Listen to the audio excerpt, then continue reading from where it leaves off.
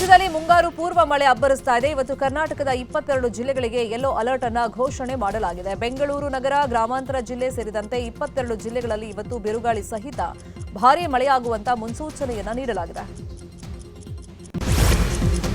ಗದಗ ಜಿಲ್ಲೆಯಲ್ಲೂ ಬಿರುಗಾಳಿ ಸಹಿತ ಭಾರೀ ಮಳೆಯಾಗಿದೆ. ನಾಗಾವಿ ಗ್ರಾಮದಲ್ಲಿ ಮಳೆಯ ಆರ್ಭಟಕ್ಕೆ ಮರಗಳು ಧರೆಗೆ ಉರುಳಿವೆ. ಬೃಹತ್ ಮರ ಬಿದ್ದು ಕಾರ್ ಸಂಪೂರ್ಣವಾಗಿ ಜಖಂ ಆಗಿದೆ. ಇನ್ನು ಗದಗ, ಬೆಟಗೇರಿ, ಅವಳಿ ನಗರದಲ್ಲಿ ವಿದ್ಯುತ್ ಕಂಬಗಳು ಧರೆಗೆ ಉರುಳಿವೆ. ಗದಗ ಜಿಲ್ಲೆಯಲ್ಲಿ ಧಾರಾಕಾರ ಮಳೆಯಿಂದಾಗಿ ನಾನಾ ಅವಾಂತರಗಳಾಗಿದೆ. ಮಲ್ಲಸಮುದ್ರ ಬಳಿಯ ಜಿಮ್ಸ್ ಆಸ್ಪತ್ರೆ ಬಳಿಯಲ್ಲಿ ಗಾಳಿಗೆ ತಗಡಿನ ಶೀಟ್ ಹಾರಿಕೊಂಡು ಹೋಗಿದೆ. ಈ ವೇಳೆ ಡ್ಯೂಟಿ ಮುಗಿಸಿಕೊಂಡು ಬಸ್ ಹತ್ತೋಕೆ ಬರ್ತಾ ಇದ್ದ ಮಹಿಳಾ ಹೋಮ್ ಗಾರ್ಡ್ ಕೂದಲೆಳೆ ಅಂತರದಲ್ಲಿ ಶೀಟ್ ದಾಳಿಯಿಂದ ಪಾರಾಗಿದ್ದಾರೆ. ಹುಬ್ಬಳ್ಳಿಯಲ್ಲಿ ಗುಡುಗು ಸಿಡಿಲು ಸಹಿತ ಭಾರೀ ಮಳೆಯಾಗಿದ್ದು ಜನ ಪರದಾಡಿದ್ದಾರೆ. ನಗರದ ಹಲವೆಡೆ ಮಳೆಯಿಂದ ಅವಾಂತರಗಳು ಸೃಷ್ಟಿಯಾಗಿವೆ. ಮಂಜುನಾಥ ನಗರದ ರಸ್ತೆಯಲ್ಲಿ ಬೃಹತ್ ಮರ ಉರುಳಿ ಬಿದ್ದಿದ್ದು ಅದೃಷ್ಟವಶಾತ್ ಯಾವುದೇ ಪ್ರಾಣಾಪಾಯ ಸಂಭವಿಸಿಲ್ಲ. ಯಾದಗಿರಿಯಲ್ಲಿ ಧಾರಾಕಾರ ಮಳೆಯಾಗಿದ್ದು ಮದುವೆ ಮಂಟಪದಲ್ಲಿ ಅವಾಂತರ ಸೃಷ್ಟಿಯಾಗಿದೆ. ಸುರಪುರದ ಕೆಂಭಾವಿ ಪಟ್ಟಣದ ಟೀನ್ ಶೆಡ್ ಶಾದಿ ಮಹಲ್ನ ಮೇಲ್ಚಾವಣಿ ಕುಸಿದಿದೆ. ಈ ವೇಳೆ ಜನರು ದಿಕ್ಕಾಪಾಲಾಗಿ ಓಡಿದ್ದಾರೆ. ಜೊತೆಗೆ 6 ವಿದ್ಯುತ್ ಕಂಬಗಳು ಧರೆಗೆ ಉರುಳಿವೆ. ಕೊಪ್ಪಳ ಜಿಲ್ಲೆಯ ಕುಷ್ಟಗಿಯಲ್ಲೂ ಮಳೆಗೆ ಹಲವು ಅವಾಂತರಗಳು ಸೃಷ್ಟಿಯಾಗಿವೆ. ಸುಮಾರು ಅರ್ಧ ಗಂಟೆ ಸುರಿದ ಮಳೆಗೆ ಬೃಹತ್ ಮರಗಳು ನೆಲಕ್ಕೆ ಉರುಳಿದ್ದು ಹಲವು ರಸ್ತೆಗಳು ಬಂದಾಗಿವೆ.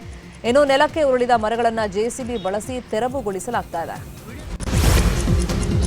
ಶಿವಮೊಗ್ಗದಲ್ಲಿ ಸುರಿದ ಧಾರಾಕಾರ ಮಳೆಯಿಂದ ರೈಲುಗಳ ಸಂಚಾರಕ್ಕೂ ಅಡ್ಡಿಯಾಗಿತ್ತು. ಟ್ರ್ಯಾಕ್ ಮೇಲಿನ ವಿದ್ಯುತ್ ಲೈನ್ ಮೇಲೆ ಮರ ಬಿದ್ದು ಪರಿಣಾಮ ಪ್ರಯಾಣಿಕರು ಪರದಾಡಿದರು. ಕಡೆಗೆ ಟ್ರ್ಯಾಕ್ ಮೇಲೆ ಮರ ತೆರವಿನ ನಂತರ ರೈಲು ಸಂಚಾರ ಮತ್ತೆ ಪುನರ್ ಆರಂಭ ಆಯಿತು.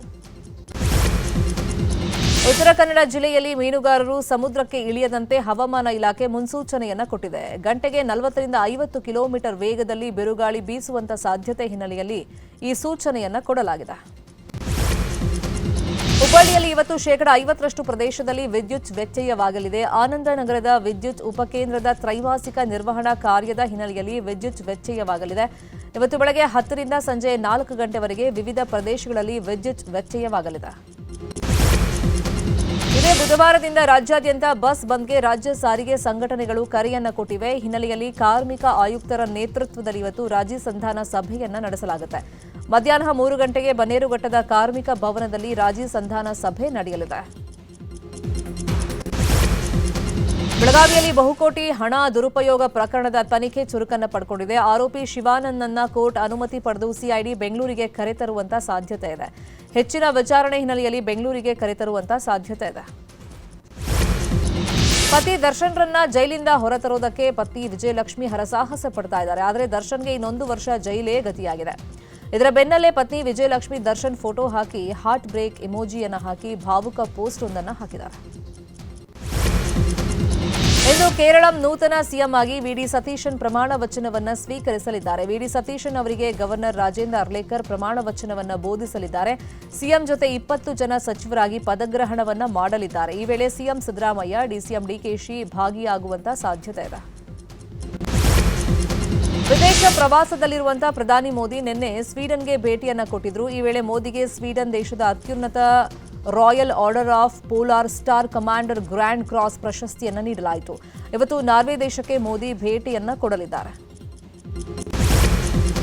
ಪರಿಸರ ರಕ್ಷಣೆ ಮತ್ತು ವಿದ್ಯುತ್ ವಾಹನಗಳನ್ನು ಉತ್ತೇಜಿಸುವ ನಿಟ್ಟಿನಲ್ಲಿ ಟಿಟಿಡಿ ಮಹತ್ವದ ತೀರ್ಮಾನಕ್ಕೆ ಬಂದಿದೆ. ತಿರುಮಲ ಬೆಟ್ಟ ಪ್ರವೇಶಿಸುವ ಪೆಟ್ರೋಲ್, ಡೀಸೆಲ್ ವಾಹನಗಳಿಂದ ಭಾರೀ ಟೋಲ್ ಶುಲ್ಕ ವಸೂಲಿಗೆ ಮುಂದಾಗಿದೆ.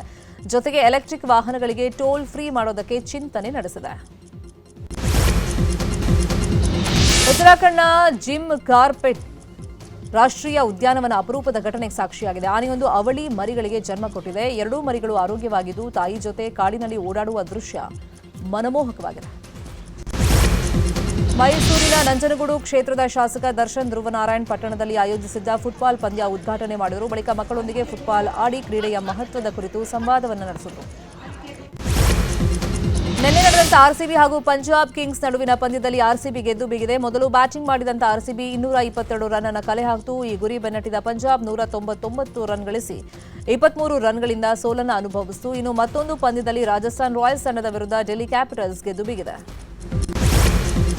ಪ್ಲೇ ಆಫ್ನಲ್ಲಿ ಸ್ಥಾನಕ್ಕಾಗಿ ಪೈಪೋಟಿ ಹೆಚ್ಚಾಗ್ತಾ ಇದ್ದು ರೇಸಲ್ಲಿ ಉಳಿಯೋದಕ್ಕೆ ಇವತ್ತು ಚೆನ್ನೈ ಸೂಪರ್ ಕಿಂಗ್ಸ್ ಹಾಗೂ ಸನ್ ರೈಸರ್ಸ್ ಹೈದರಾಬಾದ್ ತಂಡಗಳು ಸೆಣಸಾಟವನ್ನು ನಡೆಸುತ್ತವೆ.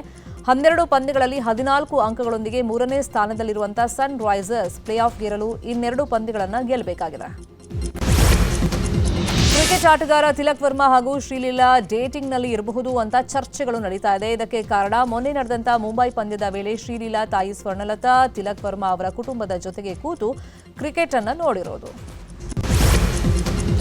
ನಟ ಕಮಲ್ ಹಾಸನ್ ತಮಿಳುನಾಡು ಸಿಎಂ ವಿಜಯ್ಗೆ ಪತ್ರವನ್ನು ಬರೆದಿದ್ದಾರೆ. ಅದರಲ್ಲಿ ಸರ್ಕಾರದಿಂದಲೇ OTT ಸ್ಥಾಪಿಸೋ ಬಗ್ಗೆ ಹಾಗೆ ಎಲ್ಲಾ ತಮಿಳು ಸಿನಿಮಾಗಳು ತಮಿಳುನಾಡಲ್ಲೇ ಶೂಟ್ ಆಗೋ ಬಗ್ಗೆ ಟ್ಯಾಕ್ಸ್ ಫ್ರೀ ಮಾಡೋ ಬಗ್ಗೆ ಕ್ರಮ ಕೈಗೊಳ್ಳೋದಕ್ಕೆ ಮನವಿಯನ್ನ ಮಾಡಿದ್ದಾರೆ.